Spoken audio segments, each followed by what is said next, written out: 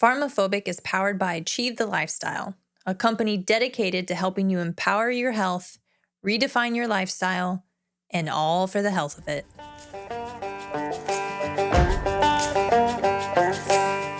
You're listening to PharmaPhobic, where we challenge the state of health in America. I'm Janie, a physician assistant, and I've seen how healthcare keeps people dependent instead of truly healthy. And I'm Dan, a veteran turned fitness pro here to uncover the truth and explore simple and sustainable health solutions. From big pharma to big food, we're exposing the conflicts of interest keeping us sick and finding better ways to take back our health. No fluff, no gimmicks, just real talk, real solutions, and a little bit of fun along the way.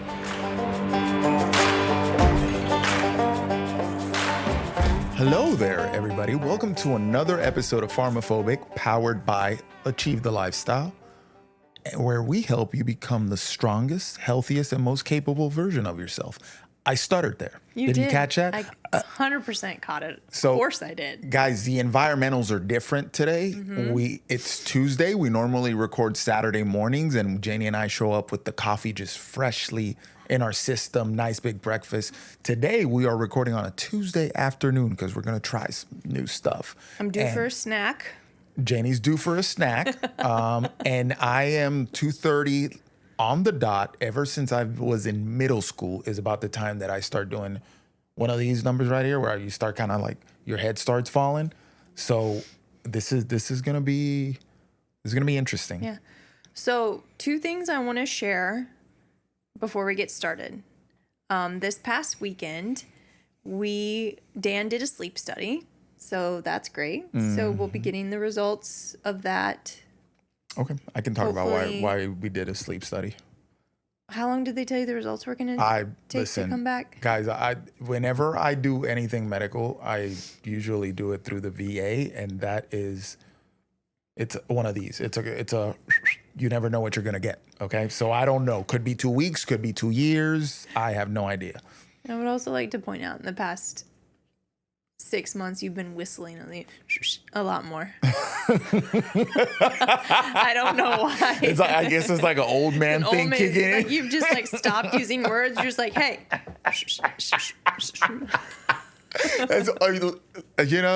Old man stuff is starting to kick in. What can I say? Forgetting, I'm reading things from afar. It's just old man stuff starting to kick in. Hey. I didn't even know I did that. You just did it. Hey, So yes, you can go into your sleep study thing, but before you go into that, we also did GI maps. Oof. So we're doing stool studies to look at our gut microbiome. Oof. And me, having worked in the healthcare for many years, I'm like, whatever, seeing poop, like taking a swab of it or whatever, fine. Dan has not done that. And so, guys, it was very fun to listen to him experience it. So let me tell you something. I would rather go on a 12-mile hike with 100 pounds on my back twice before I have to do this thing again. Now, know if there is anything markedly abnormal and we do stuff to correct it, you are going to have to do it again. Okay, so let's. Why did we do GI maps? Just to further evaluate our health and make sure that our gut microbiome is.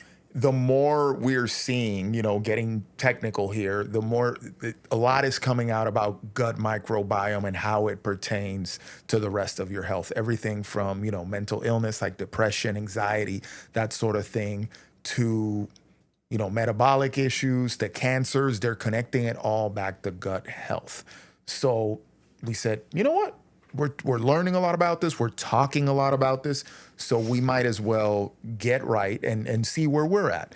Parasites could be messing you up a lot. There's a lot there. Yeah.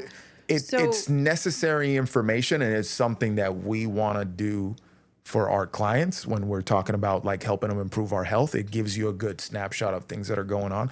So we had to do it. But guess what? I'm not happy about it. It wasn't fun for me. So a few things.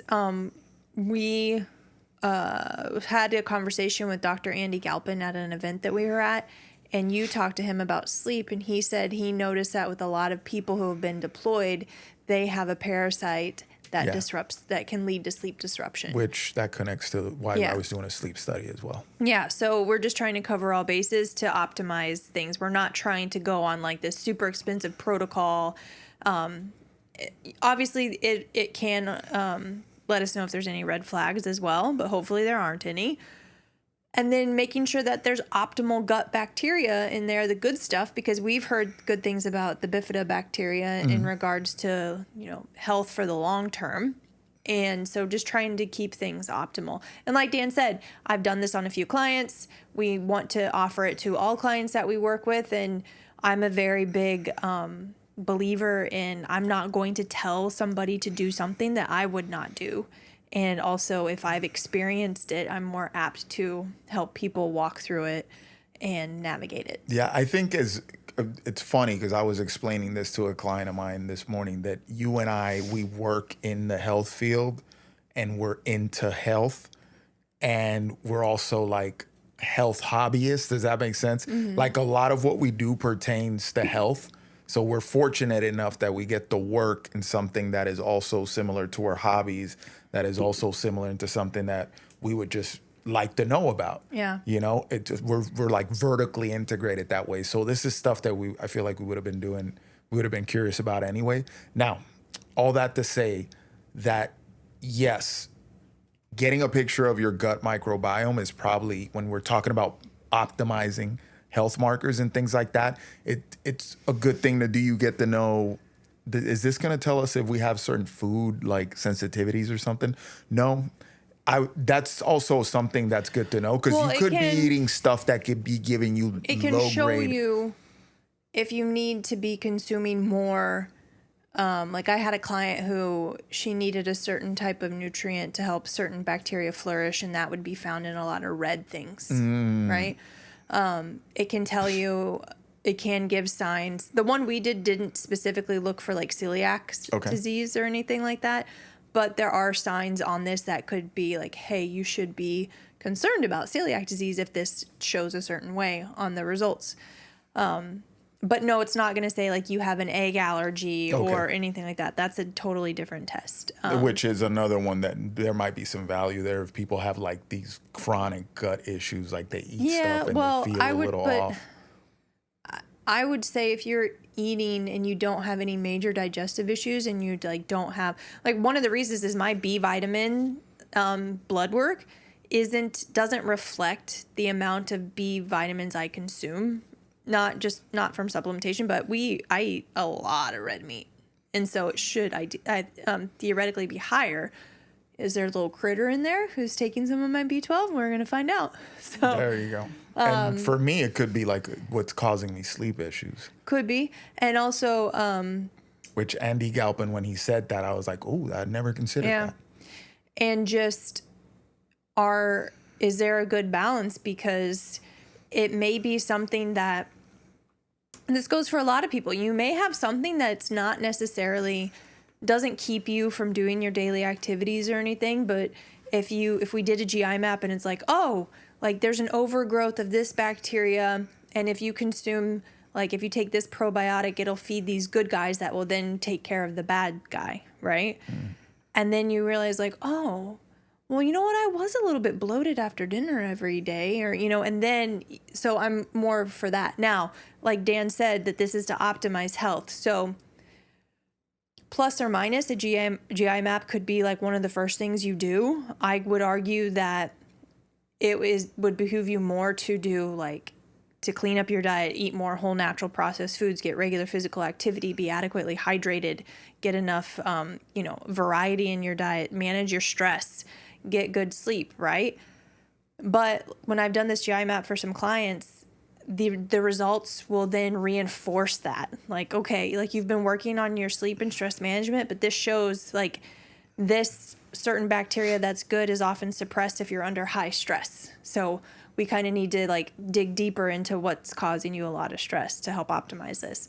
So it's not something that it's not like a biohacking thing that we've talked about that you absolutely should not do unless you have the basics down first. It's something that can facilitate reinforcing that the basics need to be done, but it's not done in lieu of basics, and it could also be used after you've established the basics and you're just still not feeling 100%. I think it's like an azimuth check, especially for people like us that we live what as check? azimuth. Military terminology, like you're checking did your you say direction. asthma? Azimuth, A-Z-I-M-U-T-H. I thought you were trying to say asthma and you said asthma. My wife is making fun of my accent on a podcast. You own me today. Azimuth. Like it's like when you're navigating with a compass, the direction of travel, the degrees you're traveling on, they call it an azimuth. So it's more like a check, like, hey, how's my gut health type of thing? Because if the gut health isn't quite there, then your health necessarily won't be trending optimally. Right. And gut issues always could point to a lot of broader things. Are we eating the wrong thing? Are we too stressed? There's a lot of things there. And like I said in the beginning, it plays into a lot of stuff, moods and things like that, you want to keep an eye on it. Yeah. For me personally, my gut is the Iron Dome. I could eat whatever I want, and zero GI distress. I've been like this my entire life. What I have noticed, what? Why are you laughing? What? Because you have had some GI distress, but What? I'm not going to talk about it. Oh on here. my. Okay, I had COVID GI distress. Well, no, but it's because I was sucking down NyQuil and Dayquil like it was going out because I wanted to sleep.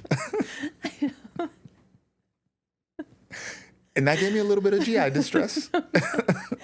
No, Guys, I wasn't even going to go into details. Like you did that to yourself. Listen. But what I'm just saying is that because you think you have a rock hard GI system, when you do have any sort of distress, it's like this Hispanic hyperbole, like, oh my God, this never, like you like flip lid because you cannot handle it.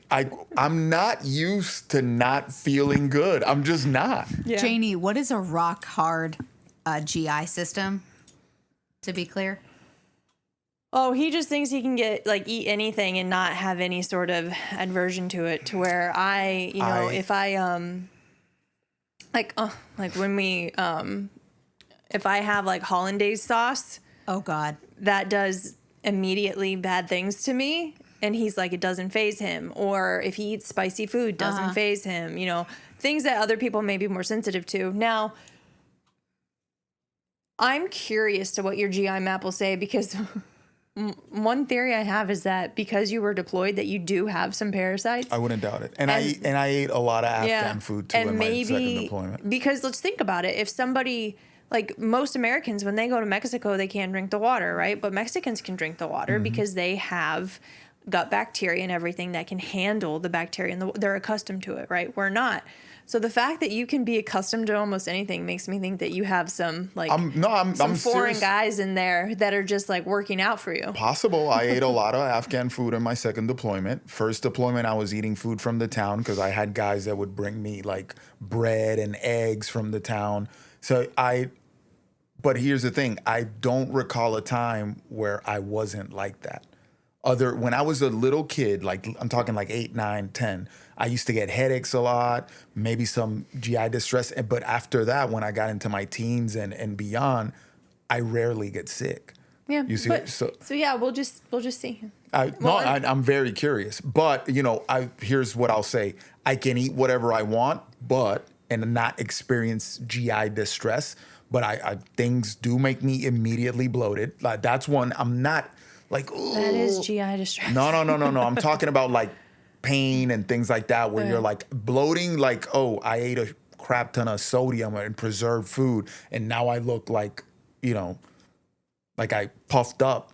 Yes, that's a reaction, but it's not something that's a show. It's not causing me pain. Diarrhea. It's not making me, feel nauseous or anything like that. That's what I call GI distress.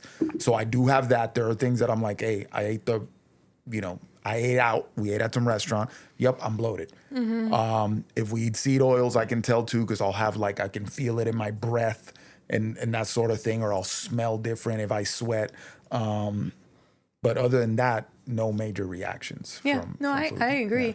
The other thing is that something like H. pylori, this tests for that. The fact that we share food, like we'll drink after each other, we'll share utensils sometimes, not all the time, but like, you know, like, hey, take a bite of this or whatever. We could very much have given it to each other. So it's another reason why I'm just curious. If you come up with some Afghan parasite, I'm gonna laugh so hard. I don't know. So there are tests that can be way more like the gastroenterologist that was on Power Athlete. This isn't the test that she uses because that one can like really hammer down like regional stuff. Yes, Okay. this isn't going. I think it does like a handful of major common ones, and then that's it. It's not the best, but yeah. That would be so funny. Well, going into the sleep study thing, because this kind of relates, you know, the suggestion was made to us by Andy Galpin, who, if you guys don't know, he's very renowned in the performance health space as a researcher and as a coach. You know, guys that have deployed could have sleep issues due to gut issues. Among other things. Among other things, he's yeah. not saying it's only that. Yeah, it's not saying it's only that, but he said that he's made that association, if you will. Not causational, but maybe correlational, right? And I've been struggling with sleep for years. Nothing to do with, you know, nightmares or the mental stuff aspects of it. It's not any of that. It's not nightmares, none of that, you know, typical things that people assume when they hear veteran and lack of sleep.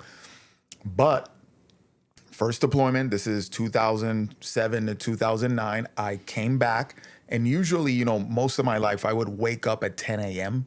Like sleeping in for me was 10 a.m., but it was like automatic and I would feel refreshed. I felt like I sleep. And I'm just, you know, I'm up and I'm ready to go. No matter what time I went to bed, I really couldn't sleep past 10 a.m. Then first deployment, come back, and I had this day where I wake up and I could, you know how you could tell something's not the same? And I'm like, what the hell, man? That was a weird sleep. And I look at my clock and it was like 2:45 in the afternoon. That had never happened to me, never. I'm like, oh, something's different. And then from there, it just started progressively getting worse and worse, where I would just I can fall asleep easily, but I wake up a gazillion times in the middle of the night. And it's been like that for years. 2009 was when I first started having problems. And then, you know, when Janie and I got together, I just thought that this was like my sentence. Now, I hadn't really thought about it. Janie introduced some things, you know, she'd like take magnesium, get some zinc in, do sleepy time tea, like get a bedtime routine. So she injected like sleep hygiene type stuff, and that helped a little bit. But it's still not great. It's better than it was, but it's still not great. So I'm just curious, you know? Yeah. VA, when I went to the VA with this sleep issues type stuff after I got out, you know, I had a sleep study when I was getting out, and they told me I was like borderline apnea, but not enough to be apnea. And that is a problem in and of itself, because if somebody's borderline has sleep apnea and they're like, oh, it's okay, that means like, oh, you stopped breathing. I'll just give arbitrary numbers. You stopped breathing 15 times instead of 18 times. So you didn't qualify as positive. It was literally, the rating is like decimal points and I think it's 1 to 10. At 5, they consider you as having apnea. I got a 4.9. Yeah. And so that means that you still are suffocating at some point, you know, it still needs to be addressed. Yep. Like, I don't think that there's you know, all too often there's a lot of studies and tests that are like this, where a certain amount is considered normal. And we just have to be really careful about that, because, and I'm very fortunate to be part of this collaborative where there is an upper airway specialist who's a dentist in there who will see people who don't qualify for insurance purposes for sleep apnea to get something like a CPAP or a BiPAP. But do they have something with their oral structure or their nasal structure that's causing them to have these apneic episodes? And is it something as simple as having a oral appliance, not like a mouth guard that just keeps you from clenching, but that literally like moves your jaw forward or keeps your tongue from falling into the back of your throat at night? And it's just, I think, a huge disservice that we do to people, and that we say, oh, it's positive or negative. But if you're negative and you're still having some apneic episodes, there's no education given to you on what you can do. I think maybe the most I've seen is lie on your side, which is lateral decubitus. So lie on your side and lose some weight. There you go. But if you take somebody like you, do you need to lose weight? No. Do you need to lay on your side? Well, if you do, then that hurts your shoulder. And then, so what are we doing? Is there more that can be investigated? A lot of adults have tongue ties or lip ties that change the structure of their mouth that causes them to have apneic episodes at night. Would that be solved if you just had it clipped? And so there's a lot of things that can be looked into more so than a CPAP or BiPAP. And so we are fortunate that I'm a healthcare provider and I have access to this dentist who is an upper airway specialist, so that when he gets the results, even if he doesn't meet criteria for true apnea where insurance or VA benefits won't cover an appliance for him, I can get him connected to somebody who can then facilitate getting him help. So yeah, I'm fine coming out of pocket for a lot of stuff, because I just, if you're gonna sit there and solely rely on VA guys, veterans, you're gonna be hurting. Part of this journey was going to VA and be like, listen, I've had this sleep issue for years, and I need some help with it because I'm just not sleeping well. And I didn't help myself because I'm a night owl. I used to, not anymore. I'm getting old. I used to be very productive in the late night hours. Like I would pay bills and do all my type stuff at 2 a.m., sort of thing. So I didn't help myself with any of that. But, I went to the VA and I was like, hey, I need a little help with the sleep thing. It's not good. Now, if you're at a VA complaining about sleep issues, everybody has sleep issues if they walk. Everybody. This is like, it comes with the territory with service members. I don't know many service members serving in former that have perfect sleep, that their sleep hasn't been altered in some way, shape, or form. So I guess what I got? Guess what they gave me? Ambien. No, they skipped the Ambien. Trazodone. That's the one that I got. Trazodone. They skipped the Ambien. And I think in part, I don't know if they skipped it because I don't remember, because this is like 2017 when I kind of said like, I'm not taking that crap. So they gave me Trazodone. And Trazodone, what I noticed is, I would pass out when I took it, but the next day I was worthless. Like I started taking it on days that I knew I could sleep in. But, like I'm a regimented person. Like I have, my wife would say that she can predict my behavior. 100%. That I'm very predictable, that I'm habitual AF. I disagree. I'm very unpredictable. I just do random stuff all the time, That's cute. But I'm very regimented, and I like, I back in those years, like I had a time when I was reading professional development type stuff. I had a time when I would work out. I had a time, and just like boom, boom, everything was, that my day was laid out like that. And the days when I would take it, the next day I would not be on my schedule, just be like lazy, kind of laying around. I was like, man, I can't. This isn't gonna work long term, So I told them, hey, I'm not feeling great on this. They threw another one at me that I can't remember the name of for the life of me. And this is when you and I were starting, and I told you like, hey, they want me to take this. It was like amitriptyline. It was a weird mirtazapine. It was mirtazapine. Okay, it's one that half dose is stronger than the full dose, I guess. It was very weird. Like the way they said, like just take the full one, and if you super weird medication, and I mean VA is pill happy like a mofo, man.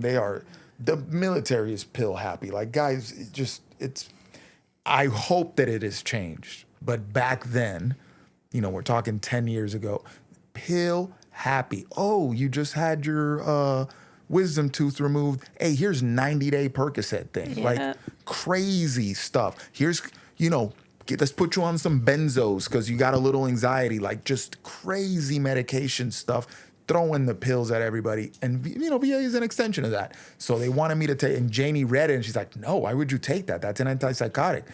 So I was like, oh, I don't need that. So boom, I decided to quit the pill mill thing. Yeah. That's about my extent of experience with somebody trying to put me on the pill mill, treadmill there. Yeah. So you did your sleep study so we can get some data on your sleep. And it took you all 7 years, but you convinced me to go back for a sleep study. I didn't convince him. I'd been saying you should do a sleep study. I even brought home an at-home sleep study for him that I got at a conference. Sleep study. And then probably a few months ago, hey, Boo, I heard on this podcast about sleep studies. I think I'm going to do one. All right, whatever gets you. You know what? It's funny because I heard it on the podcast how easy it was that you could do an at-home one. And I just keep telling her, I was like, I don't want to go to VA. I don't want to schedule an appointment. It's a pain in the butt and walking in there. And I just don't want to deal with it. And she's like, no, you should get a sleep study. But then when I heard how easy it was. Anderson podcast. So thank you, Greg Anderson. Yeah. And that's where I heard him talking about getting a sleep study sent to him at home. But unfortunately for me, the doc that I spoke to about the sleep studies told me it's like, you'd be better off. If it's that weird, you'd be better off coming to the clinic. So I had to sleep at the VA hospital. But I want to see what we find out. Things that have helped. Now let's wrap this. You know what? I didn't even have sleep on my thing. And here we are talking about. That's why I told you we didn't need a ton of topics because we talk. Yeah. Yeah, people, this is dinner conversation right here. But to kind of wrap up the sleep thing, things that helped me, if you're dealing with spotty sleep out there in the world, things that helped me mitigate the spotty sleep. I haven't solved it, okay? I'm trying to figure this out, but it's way better than it was years ago. One, sleep hygiene that my beautiful wife here, when she wasn't my wife, brought in. Hey, let's sit down and let's have sleepy time tea and let's be mellow. And then, take this magnesium, boom. And that helped, okay? That made it a little better. I think another thing that kind of layered up my sleep was learning to breathe, Oxygen Advantage. So I read The Oxygen Advantage, excellent book. Another one that would be along similar veins is Breath. Oh, I'm reading that right now. Yep. So these two books are fairly similar. But The Oxygen Advantage, talking about carbon dioxide and the role it plays in the body and how you don't want to offload too much of it, and learning to breathe nasal only the majority of the time. Because, modern life has kind of reset our breathing patterns to where a lot of people are breathing through their mouth the majority of the time. Of note there, if you're mouth breathing, even if you're sitting down doing the most relaxing thing in the world, you're like, oh, it's so blissful, I'm watching TV and eating good food and I'm having a great time. Your nervous system doesn't know that you're relaxed. You're not telling your nervous system that you're relaxing because you're mouth breathing, and the body only does that when it's stressed. So your recovery, your sleep are compromised if you're mouth breathing a lot. So once I read that in the book, I kind of, made sure that I was breathing through my nose the majority of the day. This is where the mouth taping came in. And the first time I did it, where I went to sleep with my mouth taped, I, had dream recollection, that sort of thing. So it definitely increased the quality of my sleep there. I was still waking up, but the quality of my sleep went up a little bit from there. So that's something I'd suggest, and it could be messed up breathing patterns kind of, they affect your jaw, right? And that could lead to you almost having apneic episodes when you're sleeping, that sort of thing. So, hey, paying attention to how you're breathing. Is your mouth open half the day? That's a problem. Are you sleeping with your mouth open? That's a problem, right? So that helped me a lot to, hey, take my mouth shut, go to sleep. Breathing through my nose the entire time I'm sleeping, definitely an upgrade there. Something else that we added recently was that magnesium, paying attention to the types of magnesium, right? People just go and buy magnesium supplements. Magnesium has a spectrum and there's multiple versions of it, and you got to make sure that you're getting all of them. Magnesium oxide and magnesium citrate are the most common ones in magnesium supplements, especially if you're buying over-the-counter stuff at Target or CVS or whatever. Not the best, right? No. Magnesium oxide's poorly absorbed. Unfortunately, that's the common one given by medical providers, especially specialists. And then magnesium citrate is a laxative, so not absorbed, and that's used for constipation. And so, which you don't want to have to rush to the bathroom. Now, magnesium of all forms is a smooth muscle, helps relax smooth muscles. Your gut is lined with smooth muscles, meaning that you can experience more regular bowel movements or even loose bowel movements if you take magnesium. So you want to be able to recognize that and peel back a little bit on it. Now, the types that we take to help with our sleep are magnesium bisglycinate or glycinate. I think they're isomers of each other. What? It might not be, I don't know. Isomers. So anyway, Ooh, sorry. Child. I think that they're pretty much the same thing. There may just be one related. It's Tuesday afternoon. I'm not with it like I usually am. But anyway, the magnesium glycinate is good for stress, like physical stress, right? So the fact that we tend to exercise with jiu-jitsu in the evening, and I train in the evening as well, we want to help relax our body. We added on magnesium L-threonate because that helps with more mental stress, and it helps with mood, sleep, cognition, things like that. And so we dose that in the evening and in the morning, but in the morning it's a half dose. That magnesium threonate, that was another one where I took it and it was like immediate difference. Where I'm like, whoa. Yeah. I didn't notice an immediate difference, but I don't think my sleep was that much of a deficit as yours. And also, being a woman, my sleep tends to alter with my cycle, which is going to be monthly. And I know in my luteal phase, so your luteal phase is after ovulation, before your period, that my sleep is a little bit more disrupted, but that has to do with our body temperature goes up during that time, which is going to disrupt sleep. And then your caloric demand can also go up. And so if you're not honoring that can interrupt or disrupt your sleep. And then just, mood and perception and things like that can alter. Another thing that helped your sleep when we first got together, you didn't mention, was your caloric intake. When you met me, I put food in your mouth, which helped your sleep. Yes. So something that So back then I was very spotty with my eating, meaning I would scarf a bunch of food in breakfast, and then I would go about my day and there'd be workouts in there, CrossFit type workouts, which are not going to help either if you're just going ham every day of the week. And then there'd be crazy jujitsu. Like I was training pretty hard back then. Not that I'm not now, but it was cutthroat. It was compounded with the fact that you were doing CrossFit and then going to jiu-jitsu, all on 500 calories. Yeah, no, my breakfast was bigger than that. That was from the movie Drop Dead Gorgeous. Sorry. Yeah, but it was like big breakfast, not a lot of eating during the day because my schedule was all, I'm coaching, I'm doing this, I'm doing that. So not a lot of eating during the day, and then another big meal at night after jiu-jitsu. Right. And this is why it's important to really listen to people, which we offer, like I offer our clients that you don't get. But if you guys listened last week when Dan was talking to Jake, who's a farmer here, and they were talking about MREs, and Dan said he didn't eat them. He would skip them and just go a long period of time without eating because you refused to eat it because you didn't want to eat it cold. I didn't want to eat it cold. So you developed this habit of eating in the morning, doing a lot of physical stuff, and not eating until you got back to home or base or whatever. Yeah. And so you kind of developed that pattern, and you still do it on Saturdays and Sundays. I almost have to remind you to eat in the middle of the day. And so... Well, Saturdays, I usually see, because we're going to have a bigger meal at night. know, just a little something. And that's a habit too. I think that's a bad habit from when we used to go out to dinner and stuff, or when we used to have cheat meals Saturday nights. I would kind of offset a little bit by not eating during the day because I was going to pig out on that cheat meal.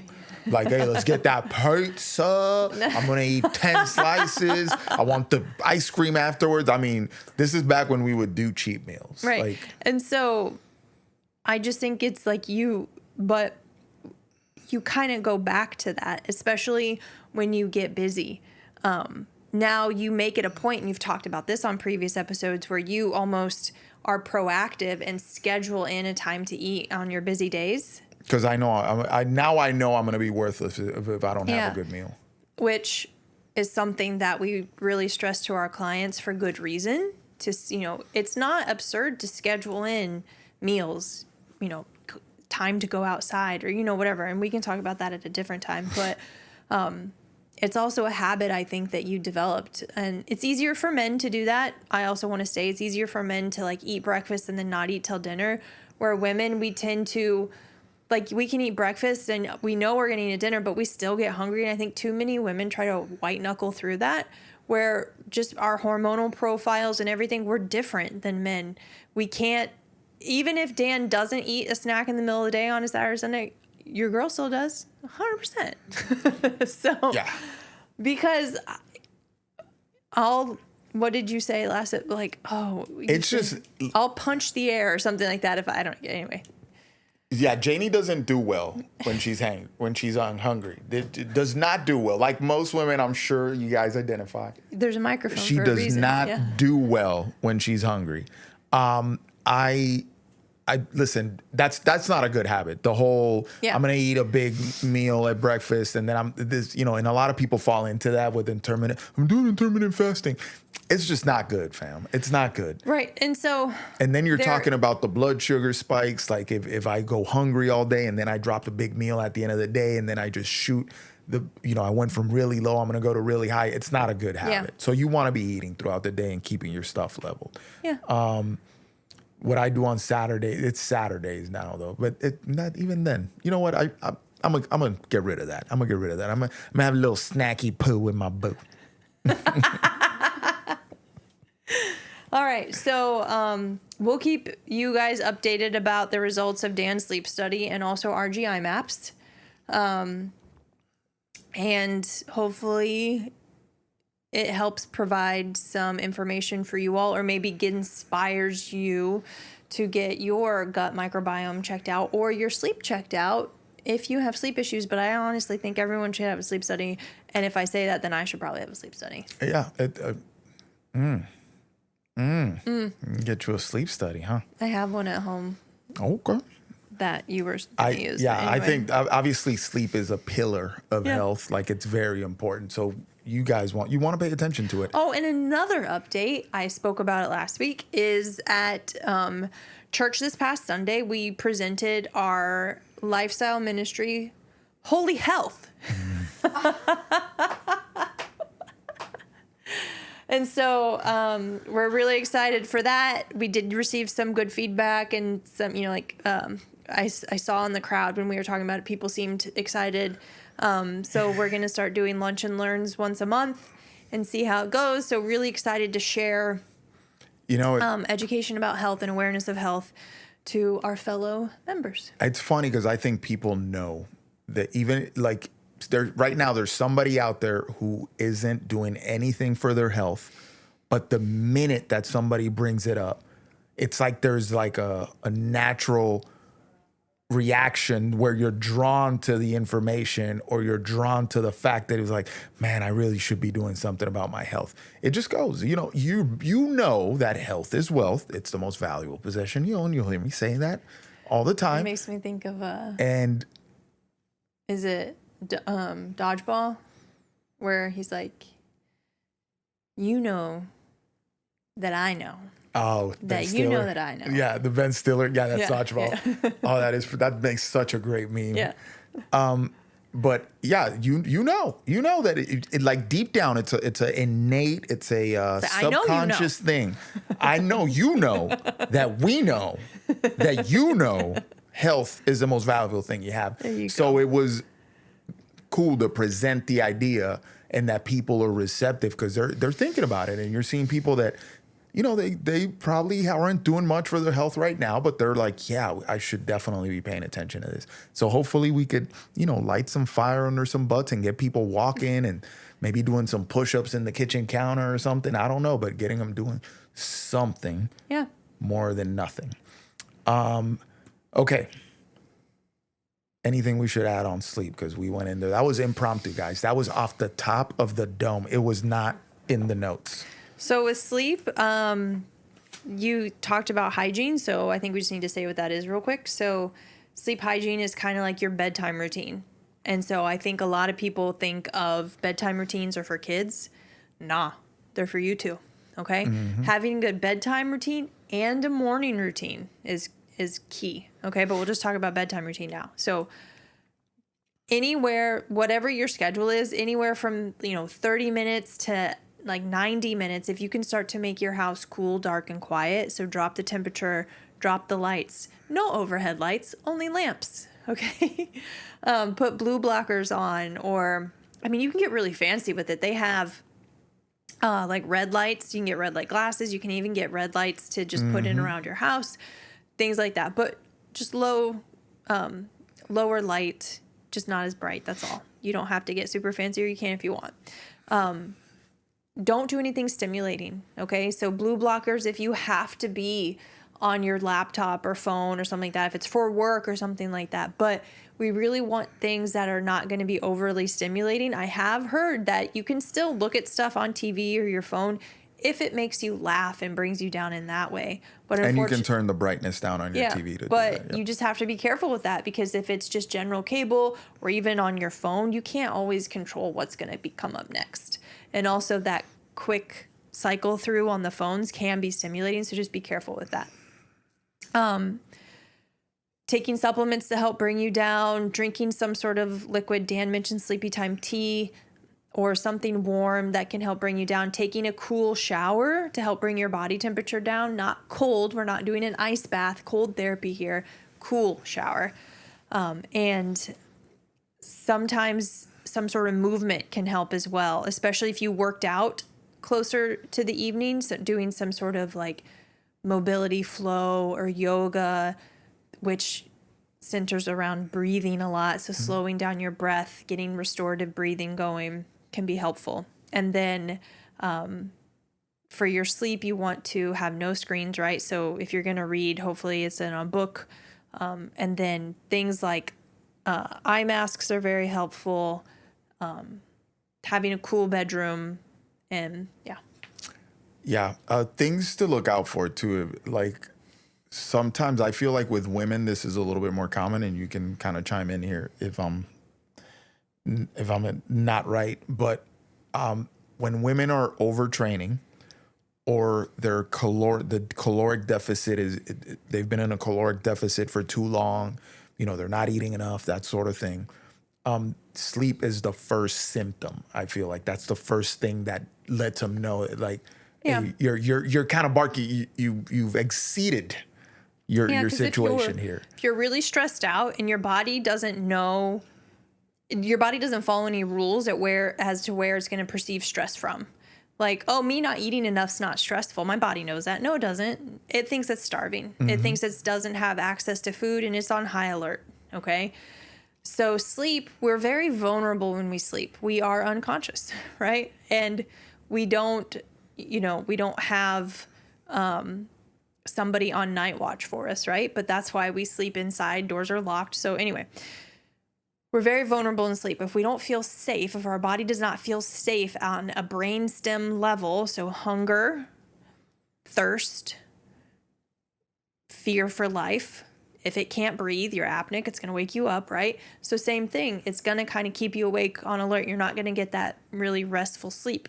And so if you're not eating enough, your body reads as starving itself. Now, that's where you have to be really careful, because yes, I understand laws of thermodynamics. You have to eat less than you expend to lose weight, but it could be done in a manner at which you won't receive that, your body won't perceive that as needing to be on alert for food. If you do it for too long or too drastically, yes, you will get that. And then if you're overtraining and you're not coming down, stress has to do a cycle in our body. And if you're up here and you don't do anything to complete that cycle, so the body understands like, oh, okay, this is done, and you're just riding high throughout the day, how you expect it just to like come down and go to sleep? That's not how that works. Yeah, it's funny because usually whenever clients and they say, how's your sleep? Or when I'm assessing people, how's your sleep? And I get the, I get one of those and I start asking about food immediately. And that's where you see like, oh, you're not eating enough.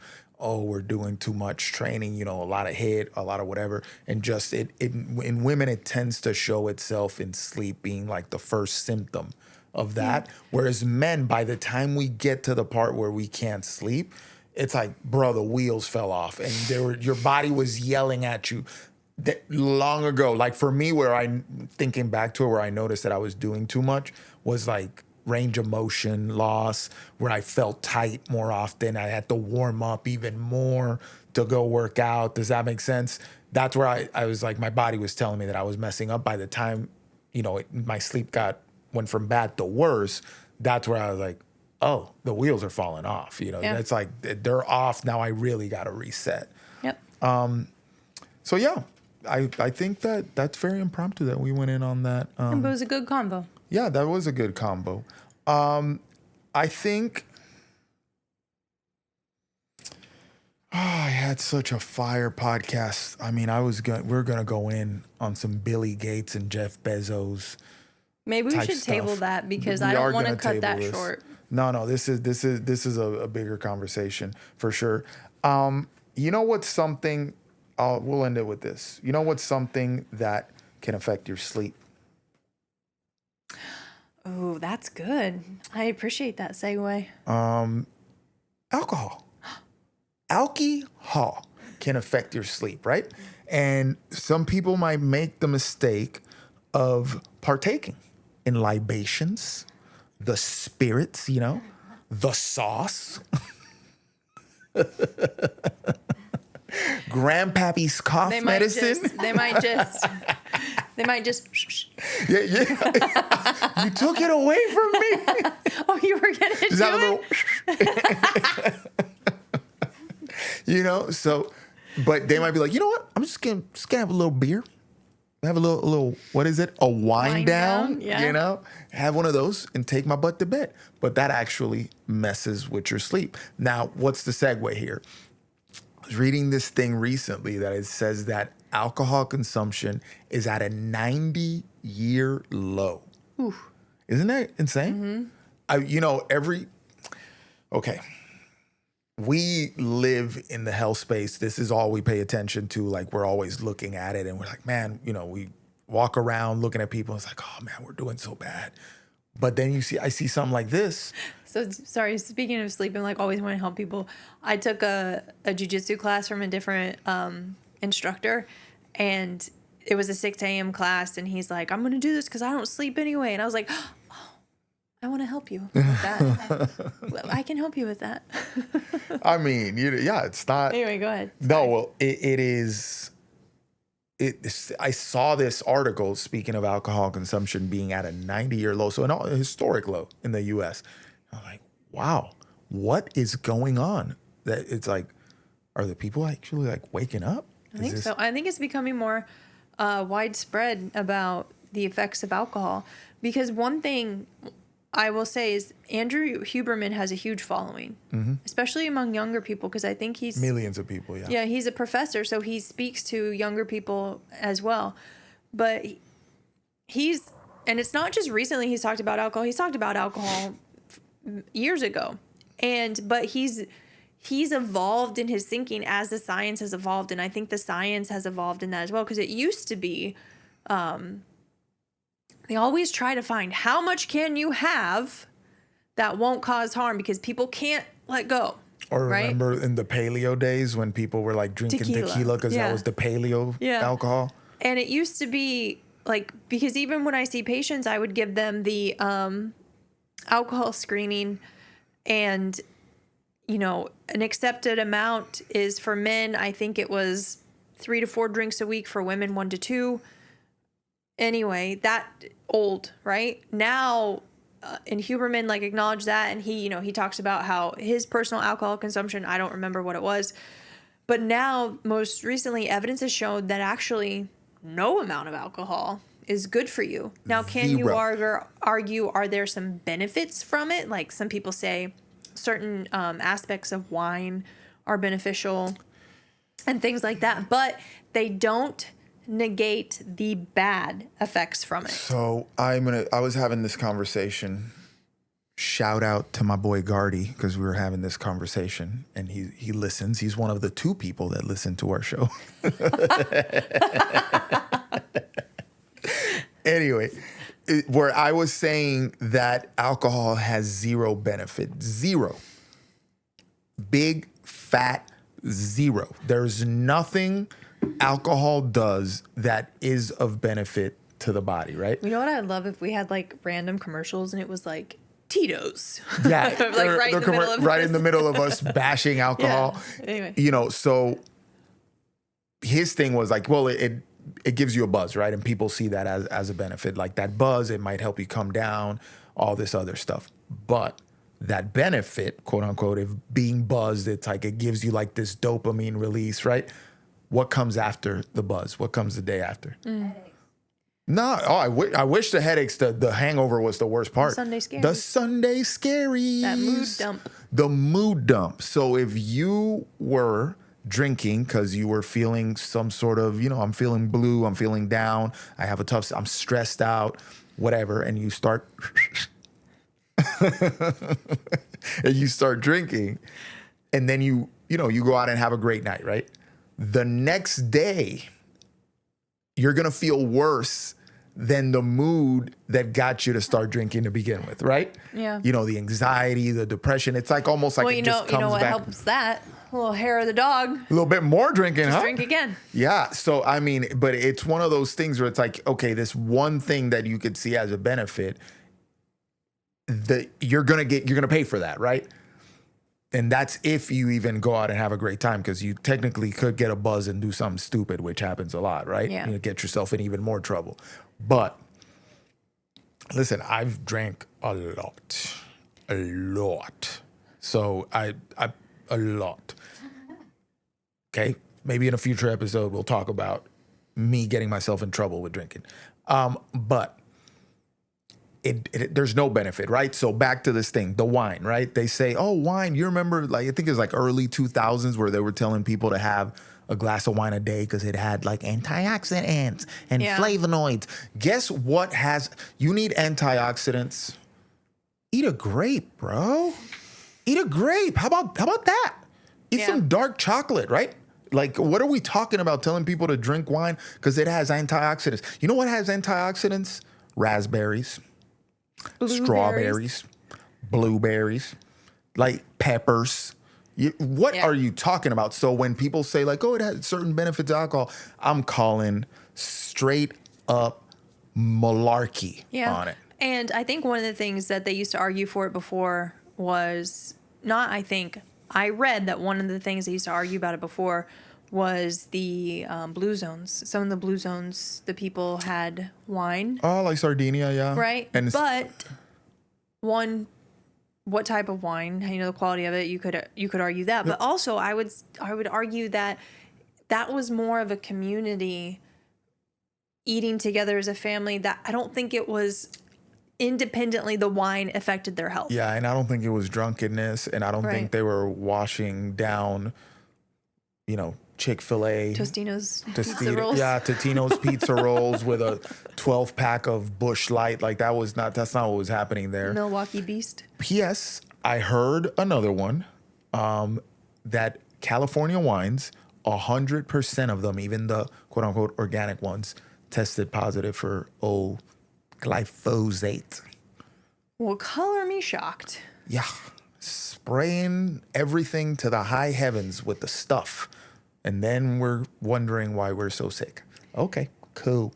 But what I think is great now is that more and more people are on this path to not drink alcohol. Like you have this bar in Brooklyn or New York City, maybe it was Manhattan, I can't remember, that was a mocktail bar only.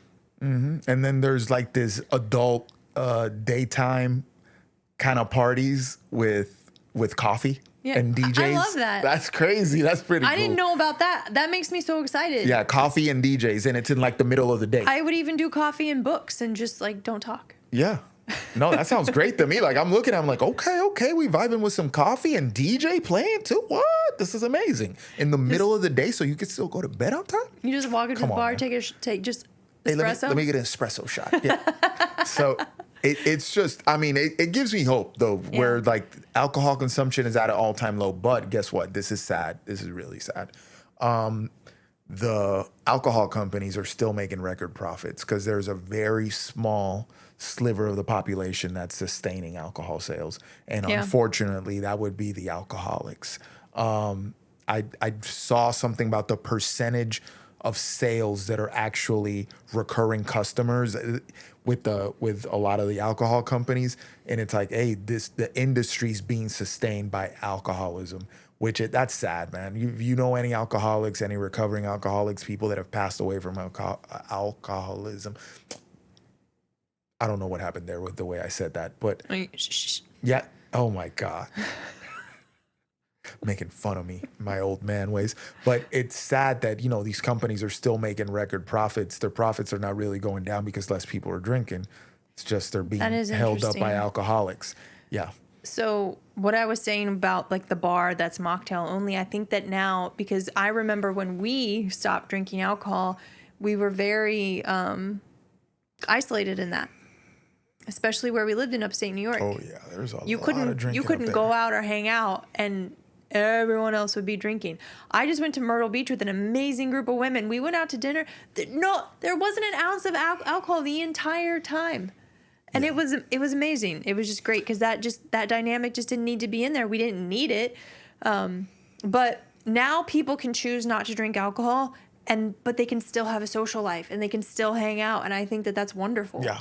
Yeah, I think, and you know what? Like I say this, I like wine. Wine was one of those things that I like enjoyed the adventure of it. You pick a bottle, you open it, and then you're like, ooh, what am I gonna get? Forrest Gump, type of thing. And I enjoy the way it tastes, whatever. Especially if you're having a good meal and you're pairing it, it's a fun thing, right? But now I'm like, if I'm gonna have it, it has to be like a really special occasion, and it's one glass of wine and it's done. And we've talked about it before, and you have to be in the right I have mindset. to be in the right mindset. Like I'm not down, I'm genuinely happy. Like, yep, I can have this. There's a difference, sorry, I interrupted you. No, go ahead. No, go ahead. There's a difference between wanting to have a glass of wine to enjoy it versus I need this glass of wine because I had a bad day. Yeah. Do you see that? The root of that situation. Yeah. It's like, hey, I'm with friends. We're having a great meal. Like the last time I had wine was in Phoenix. Yeah. And we were with friends. Shout out Robin Gardy. Boom, boom, boom. And it was New Year's That's another Eve. thing. Boom, boom, boom. And it was one of those things. It was like, yeah, I'll have this glass of wine. I'm eating this awesome ribeye. I think a glass of wine goes well with it. But instead of, I had a bad day at work, have a glass of wine, or flip side of it, I'm out with the boys. We got to get turned up because we actually don't have an in-depth relationship. We don't know how to have fun without the senses of alcohol. I know a lot of people like that. Yeah, that's sad too. So all that to say, it's great that people are like kind of walking away from the scam of having to drink, right? Yeah. That's awesome. Sad that alcohol companies are being held up by, people with an addiction issue, which I would like to do an episode. Kelly kind of went into it when we had her on a little bit, but I think I have somebody that I want to bring on. Yeah, Ryan. Yeah, I think that would be great to go into depth into the topic of addiction. And it's something, maybe there's hope out there, I think the health conscious thing is starting to kick in. We might just be able to turn this thing around a little bit, or at least have a larger section of the population that are doing better, right? And I think it's important to note that we're not saying no alcohol, okay? I need to stop saying what I think. But I would like people to understand is that it's okay to have some alcohol if you are doing it for the right reasons. And more importantly, if you understand how it's going to impact you. Yeah. Like you had wine at that dinner. You knew your sleep was going to be impacted by that. But we didn't have anywhere to be early the next day. You weren't doing like a physical competition. Like there was nothing demanded of you that it was worth in that moment to take a little bit of down sleep. You knew you were going to be around people who loved you, Gardy, Rob, their wives, or Carla's essentially a wife, whatever. And me, that even if you were a little bit down, we got you, And so just understanding what you're getting into, even if you do have one glass. And when we've talked about this before, when we travel to Europe, we like trying, what does this Croatian beer taste like, right? We maybe share one or just have one. We don't, it's not a party. Get sauced. Yeah.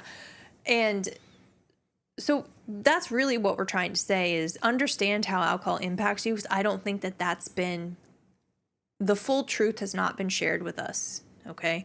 A couple things I would want to know further is what are alcohol companies going to do in reply to decreased alcohol intake? Because I guarantee you there will be a move, whether it's more commercials, they take a different approach. Like maybe they'll get a notable celebrity to endorse it or something like that. Or stand by for alcoholic drinks with health benefits. Like, this alcoholic, this truly with, I don't know, vitamin C or something. Right. Because I don't know much about like those recess things. Do you know, like, oh shoot, I got the thing is, but remember, like I said, they're not losing money.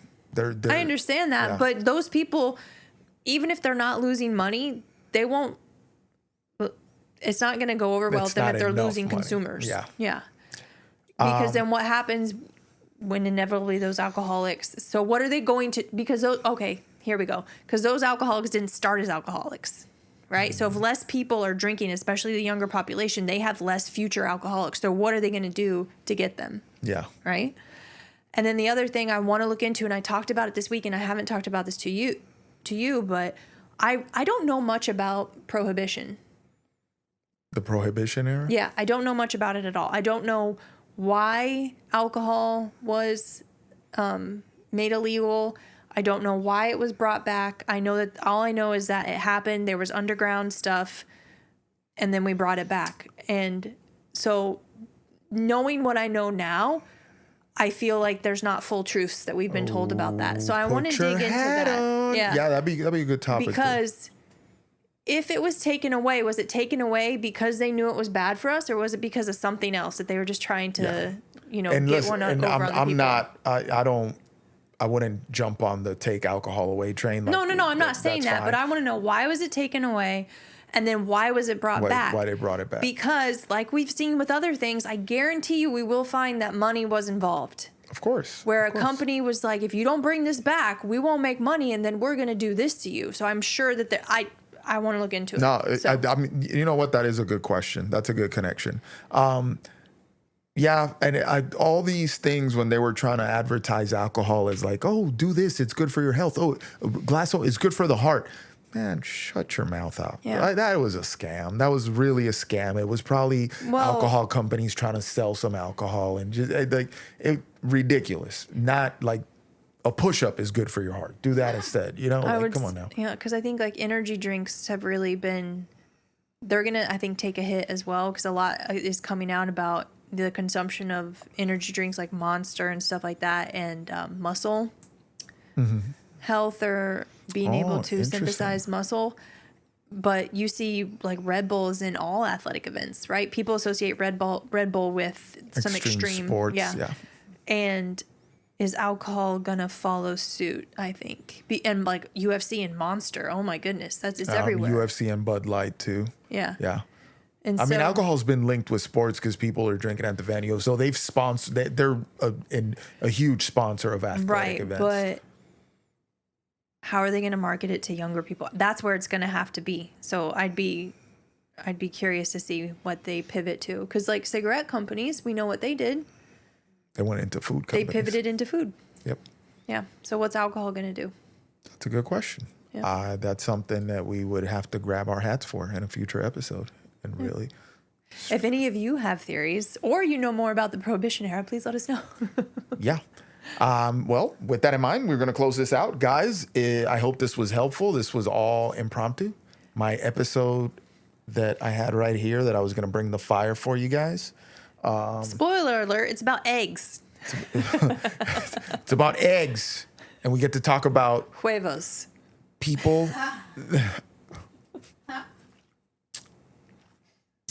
What? Is that not I'm glad right? you know the Spanish word for them.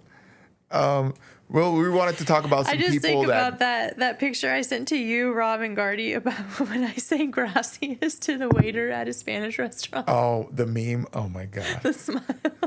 Oh, God.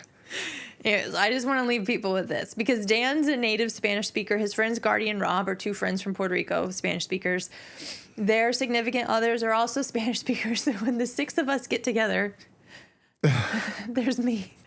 And if anybody's seen Saturday Night Live when Kristen Wiig was on it, and they do that episode is like an old Lawrence Welk skit, and she is the character with the tiny hands, and it's like very beautiful women, and it's like, hi, and they're introducing their names. They're like, I'm Mary, I'm Holly, and then she's like, and I'm Jean. You know, she has like the small hands, and it's like me trying to order at a Spanish restaurant. They're all like rattling it off, and I'm like, quesadilla. No. The best example is Bridesmaids.